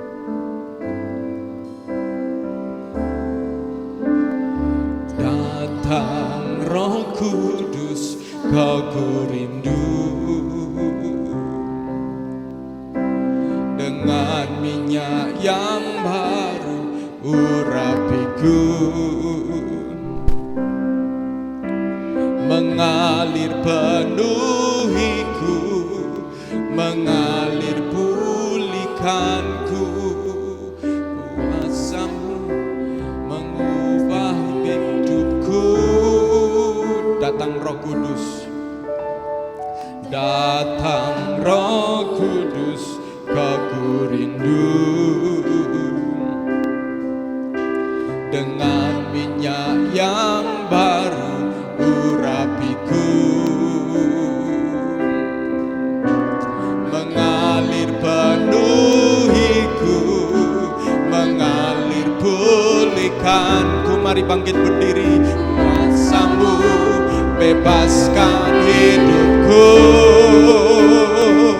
Satu yang ku rindu, bersekutu dengan-Mu. Bawaku lebih lagi tinggal di dalam-Mu, nikmati hadirat-Mu, jamalah seluruh hidupku. Urapan-Mu mengubah hidupku. Satu yang ku rindu, bersekutu dengan-Mu. Bawaku lebih lagi tinggal di dalam-Mu, nikmati hadirat-Mu, jamalah seluruh hidupku. Urapan-Mu mengubah hidupku. Saudara-saudara, saya mau tanya kepada saudara-saudara, berapa di antara saudara-saudara yang sudah jauh dari firman? Atau saudara-saudara merasa bahwa ya firman Tuhan ya kalau saya nggak dengar ya kelihatannya masih oke-oke saja. Saudara-saudara, Yesus mengatakan manusia bukan hanya hidup oleh roti saja, tetapi melalui setiap firman yang keluar dari mulut Allah.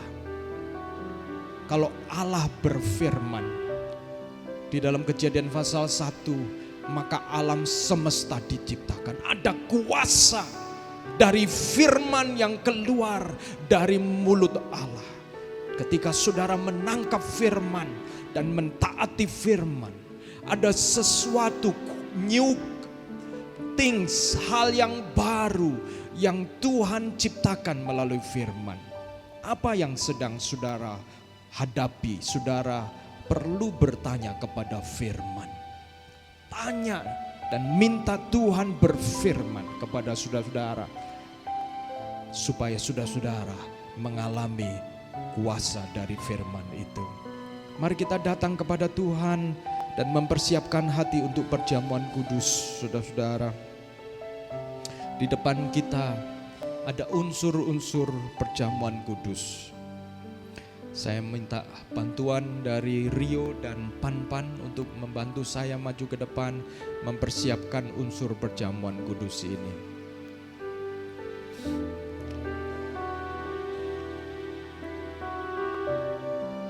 Ya, bisa dibantu di tengah ya, bagus.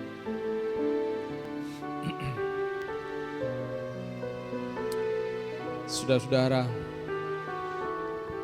mari kita mempersiapkan diri kita.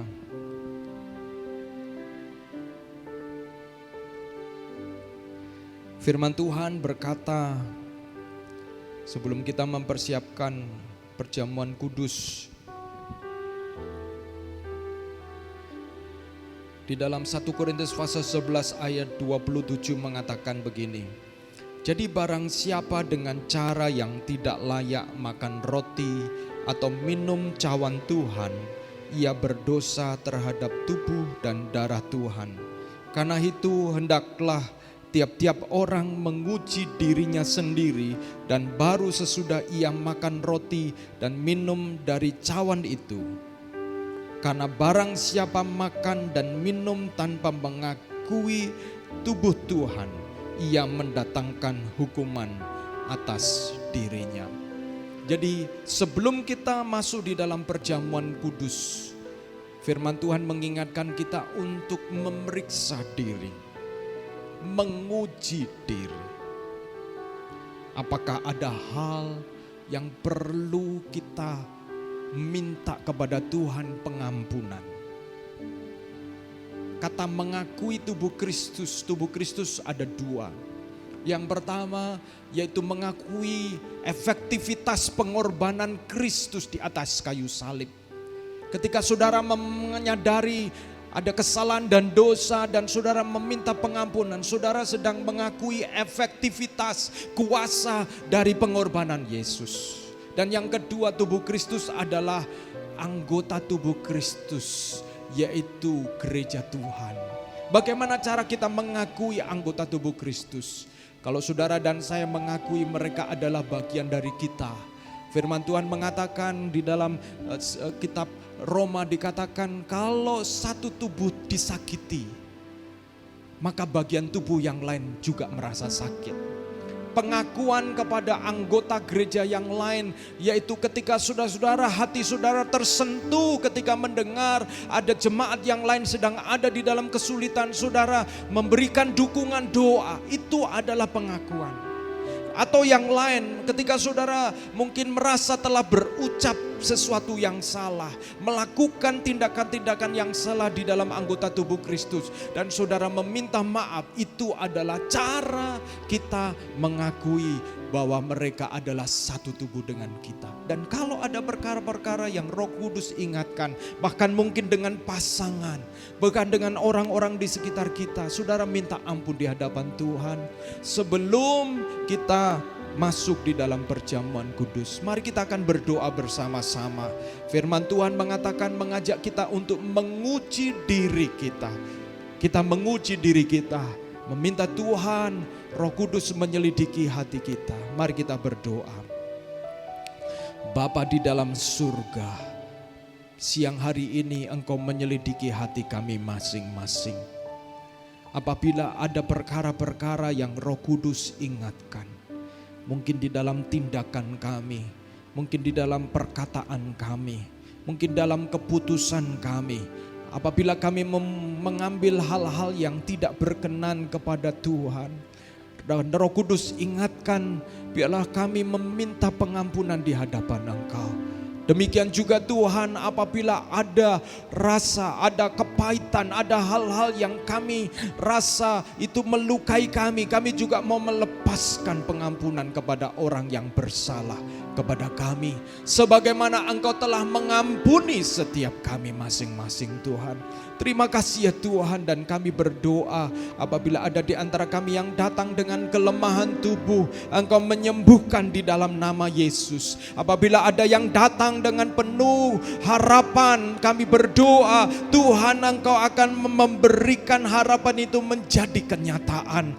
Kuatkan kami Tuhan, kami berdoa supaya Tuhan Engkau menolong setiap jemaat-Mu untuk kami boleh juga mengakui pengorbanan Yesus sebagai pengorbanan yang luar biasa, mengucap syukur buat keselamatan yang Tuhan berikan. Demikian juga kalau ada di antara kami ya Tuhan yang mungkin kurang atau seperti Tuhan ingatkan untuk memperhatikan sesama anggota tubuh Kristus, Tuhan tolong kami memberikan perhatian, memberikan dukungan doa, sebagaimana itu merupakan cara kami mengakui bahwa mereka adalah satu keluarga, satu tubuh dengan kami. Terima kasih Tuhan, Engkau membersihkan hati kami sehingga kami dilayakkan untuk mengikuti perjamuan Tuhan. Di dalam nama Yesus kami bersyukur dan berdoa.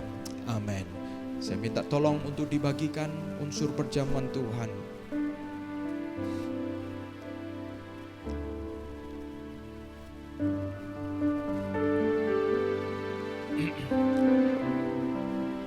Amin. Haleluya.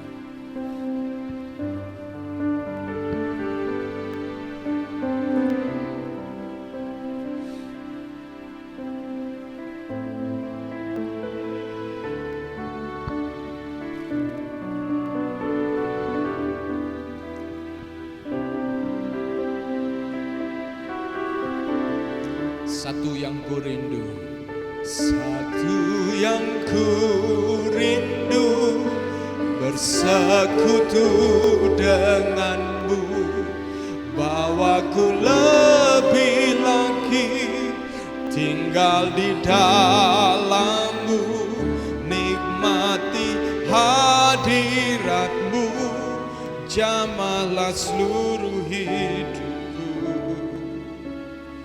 Rasamu mengubah hidupku. Satu yang ku rindu, satu yang ku rindu, bersekutu denganmu, bawaku lebih lagi tinggal di dalammu, nikmati hadiratmu, jamahlah seluruh urapanmu mengubah hidupku. Haleluya. Yesus. Pegang roti di tangan kanan saudara-saudara, dan firman Tuhan berkata, sebab apa yang telah kuteruskan kepadamu telah aku terima dari Tuhan, yaitu bahwa Tuhan Yesus pada malam waktu ia diserahkan mengambil roti, dan sesudah itu ia mengucap syukur atasnya. Saudara mengucap syukur buat pengorbanan Tuhan, tubuh Yesus yang telah dipecah-pecahkan untuk saudara dan saya, sehingga penderitaan kita ditanggung oleh tubuh Yesus. Ia memecah-mecahkannya dan berkata, inilah tubuhku yang diserahkan bagi kamu, perbuatlah ini menjadi peringatan akan aku. Mari kita makan bersama-sama.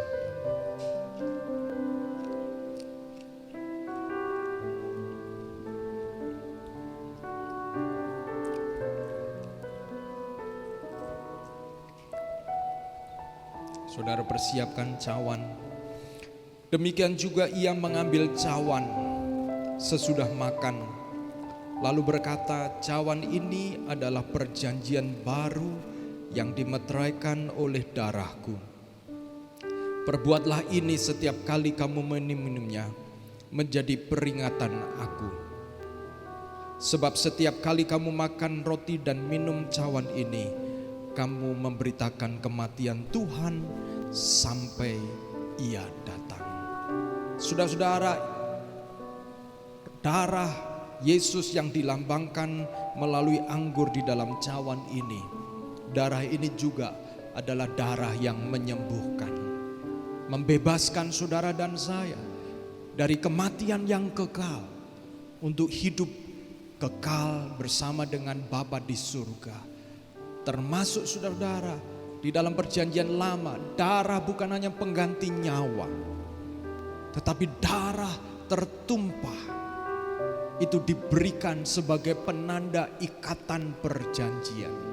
Saudara dan saya diikat oleh perjanjian, dan saudara dilayakkan menerima janji Tuhan. Janji untuk hidup di dalam Tuhan, Apabila saudara datang dengan kelemahan tubuh, percayalah bahwa Tuhan adalah Dia Allah Yehova Rafa, Allah yang menyembuhkan. Kalau saudara datang dengan kekurangan, percayalah bahwa Dia adalah Yehova Jireh, Allah yang mencukupkan. Kalau saudara datang dengan kekalahan, dengan perasaan gagal, percayalah Dia adalah Yehova Nisi, Allah yang menyelamatkan saudara-saudara. Kalau darah domba telah dicurahkan, apa yang tidak akan diberikan kepada saudara dan saya? Mari kita percaya bersama, di dalam nama Yesus kita minum cawan yang merupakan lambang darah Yesus. Haleluya. Haleluya. Amin. Amin. Haleluya. Saya minta tolong untuk leading bisa berdoa mengucap syukur. Haleluya. Bapa, kami mengucap syukur ya Tuhan untuk pengorbanan-Mu, untuk kasih setia-Mu, Amin. untuk kasih-Mu Tuhan yang tidak pernah, yang unlimited Tuhan buat kami semua ya Bapa. Kami juga mohon ampun ya Tuhan, bila kami take it for granted Tuhan atas semua yang telah Engkau berikan ini ya Tuhan. Kiranya ya Bapa, kami benar-benar Tuhan menghidupi setiap firman yang kami dengar ya Bapa. Haleluya. Bukan hanya sepintas lalu ya Tuhan, tapi benar-benar kami praktekkan dan kami terapkan Tuhan semua prinsip ini Tuhan dalam keseharian kami ya Tuhan. Amin. Amin. Kami semua mengucap syukur ya Bapa untuk reminder-Mu ini ya Tuhan. Terima kasih ya Bapa, kami menaikkan doa ini hanya di dalam nama-Mu saja Tuhan Yesus Kristus. Haleluya. Amin. Silakan duduk kembali saudara-saudara, saya serahkan kepada Devita untuk menyampaikan pengumuman.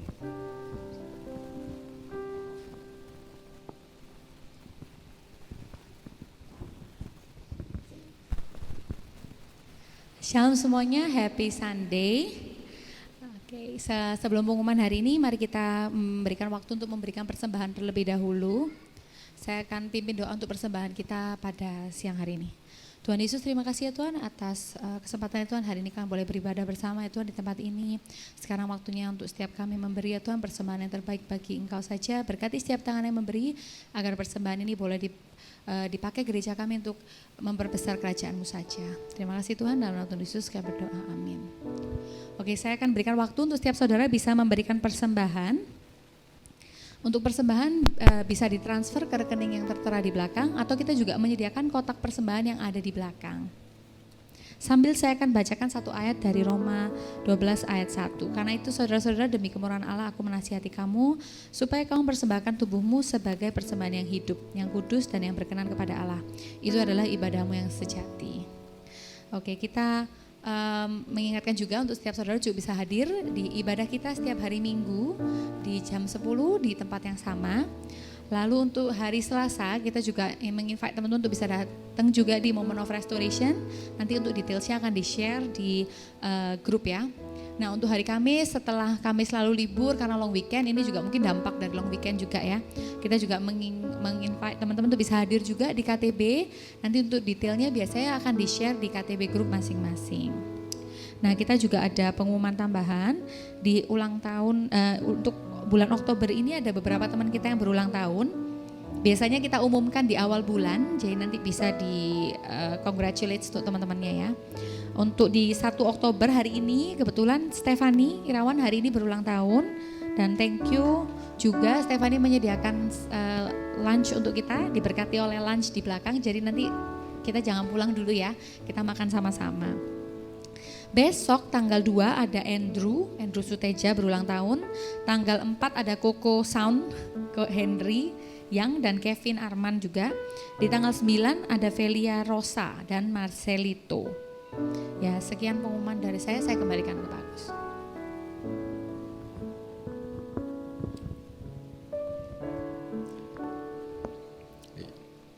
Ya,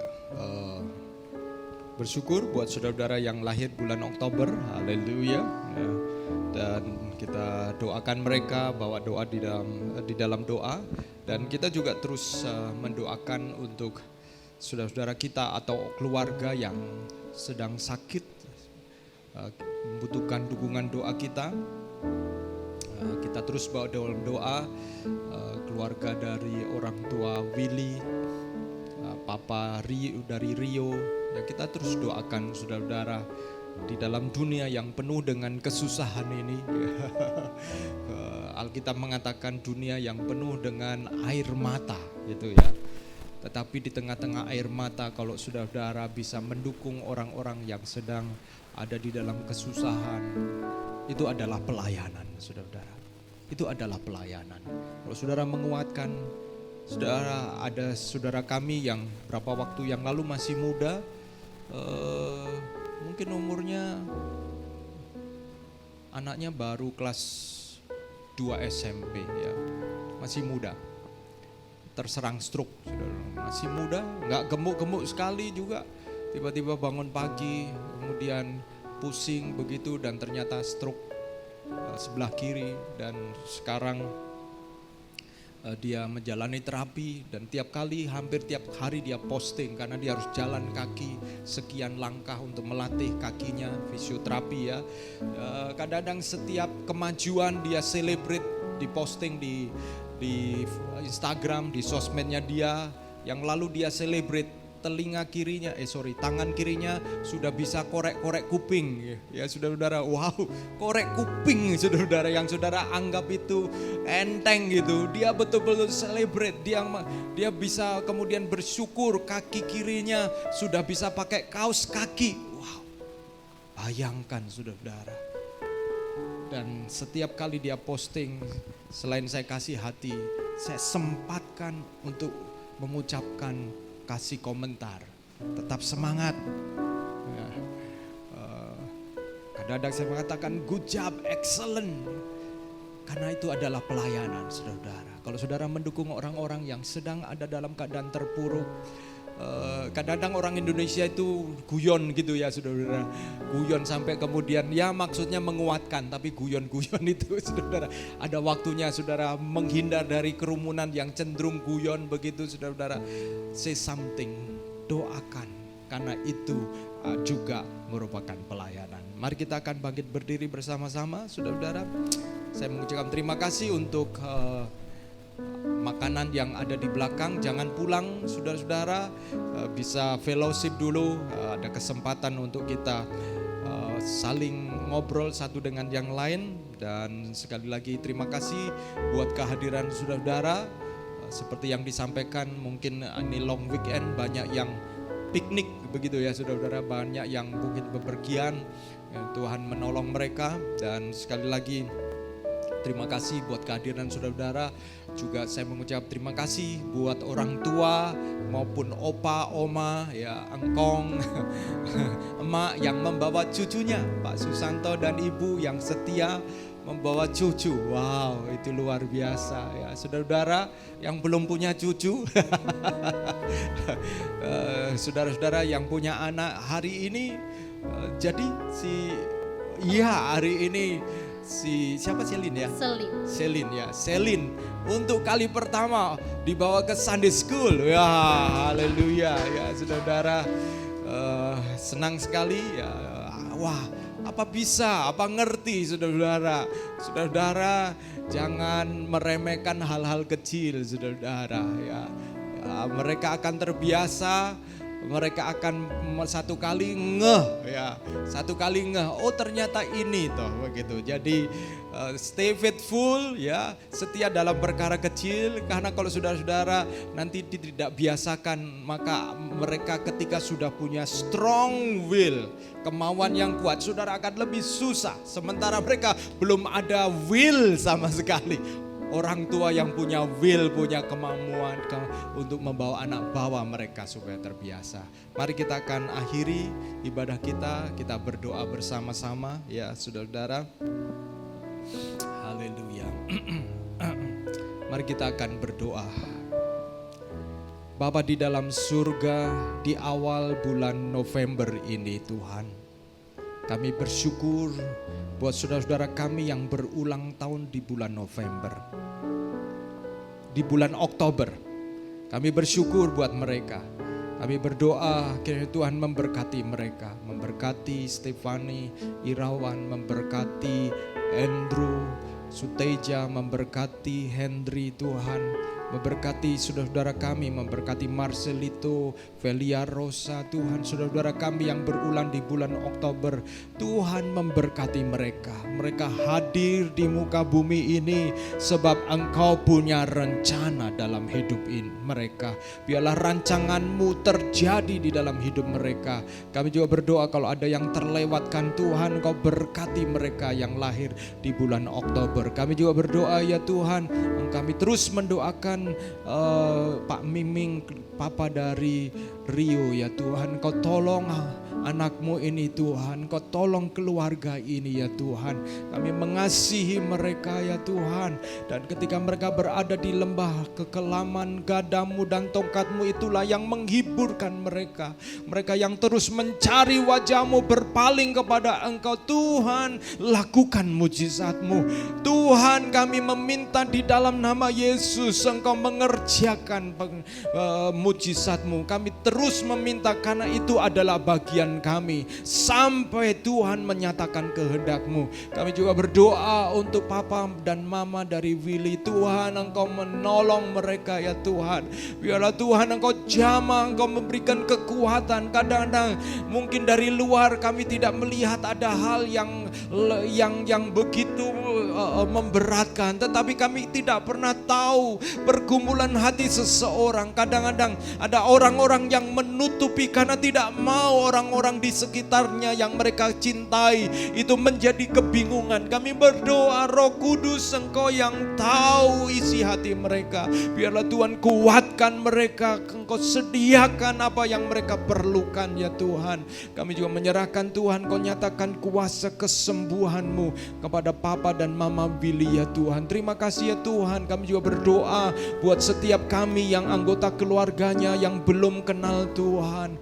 Tuhan, biarlah kami sesuai dengan firman Tuhan. Kami menghidupi firman-Mu ya Tuhan. Dan melalui firman Tuhan yang hidup di dalam diri setiap anak-anak-Mu, setiap jemaat-Mu, mereka akan mulai mencicipi roti hidup itu sampai mereka mengenal Tuhan Yesus sebagai Tuhan dan Juru Selamat. Kami juga berdoa buat jemaat Tuhan yang sedang hamil Tuhan. Engkau memberkati proses kehamilan mereka. Berkati Pam, berkati Michelle Horax ya Tuhan. Kami berdoa juga Tuhan, Engkau penolong agar bayi yang dikandungnya bertumbuh dengan sehat di dalam perlindungan Tuhan. Berkati rumah tangga mereka. Demikian juga kami berdoa buat jemaat Tuhan yang memiliki keluarga anak-anak dalam proses pertumbuhan. Engkau berkati mereka, berkati bayi-bayi di dalam masa pertumbuhan mereka, untuk mereka memiliki kecakapan, kecerdasan yang Tuhan terus tambahkan. Apabila di antara mereka yang ada di dalam pergumulan, biarlah Tuhan Engkau akan menolong mereka. Kami juga berdoa buat pasangan-pasangan yang sedang menantikan keturunan. Tuhan, Engkau berkati mereka. Tuhan, Engkau adalah Allah pemberi, Allah pencipta. Engkau mampu menciptakan dari ketiadaan untuk menjadi ada. Engkau berkati rumah tangga dan pernikahan mereka. Kami juga berdoa buat jemaat Tuhan yang lain yang di dalam bulan-bulan ini mereka sedang ada di dalam tantangan hidup, dalam pekerjaan, di dalam kesehatan apapun itu juga. Biarlah firman Tuhan yang keluar dari mulut-Mu akan menjadi rema buat mereka untuk menjalani setiap tantangan dan mengakhiri di dalam kemenangan bersama dengan Tuhan. Terima kasih Tuhan. Kami juga memberkati setiap jemaat Tuhan yang hadir pagi hari ini. Biarlah mereka Tuhan Engkau menolong agar mereka pulang dengan membawa kekuatan yang baru. Demikian juga untuk makanan yang telah disediakan bagi kami siang hari ini. Engkau berkati Stefani Irawan yang sudah menyediakan, tangan yang sudah menyediakan, berkati kehidupannya. Apa yang menjadi kerinduannya Engkau dengar. Engkau adalah Allah yang setia bagi dia dan keluarganya. Kami menyucikan makanan ini untuk menjadi berkat bagi kami masing-masing. Terima kasih. Demikian juga yang terlibat pelayanan hari ini, mulai pelayanan altar sampai pelayanan sekolah minggu, asyir, semua Tuhan berkati. Dan biarlah gereja-Mu Engkau tambah-tambahkan dengan jiwa-jiwa yang Tuhan bawa untuk semakin dewasa mengenal Engkau dan menjadi serupa dengan Kristus. Haleluya. Saudara-saudaraku yang kekasih, angkatlah tanganmu dan terimalah berkat Tuhan. Kiranya Tuhan menyinari engkau dengan wajahnya dan menghadapkan wajahnya kepadamu dan memberikan kepadamu damai sejahtera. Diberkatilah keluargamu, diberkatilah rumah tanggamu, dan bahkan diberkatilah pekerjaanmu, diberkatilah anak dan cucumu, diberkatilah masa depanmu, diberkatilah tantangan yang engkau hadapi, karena melaluinya engkau bukan menjadi ekor tetapi menjadi kepala. Engkau menjadi orang-orang yang kuat di dalam Tuhan, dan percayalah ketika engkau terus mencari Tuhan, Dia berkenan untuk dijumpai. Dan biarlah damai sejahtera Allah serta kasih sayang dari Tuhan Yesus Kristus dan penghiburan oleh karena Roh Kudus menyertai saudara dan saya untuk menjadi pelaku-pelaku firman, sehingga sekalipun engkau muda tetapi engkau tetap diperhitungkan oleh dunia ini, sebab di dalam hidupmu ada sesuatu yang dicari oleh dunia ini, yaitu Tuhan Allah yang hidup. Dan biarlah kita setia sampai Maranatha, Yesus menjemput kita semua. Yang percaya katakan bersama-sama, amin.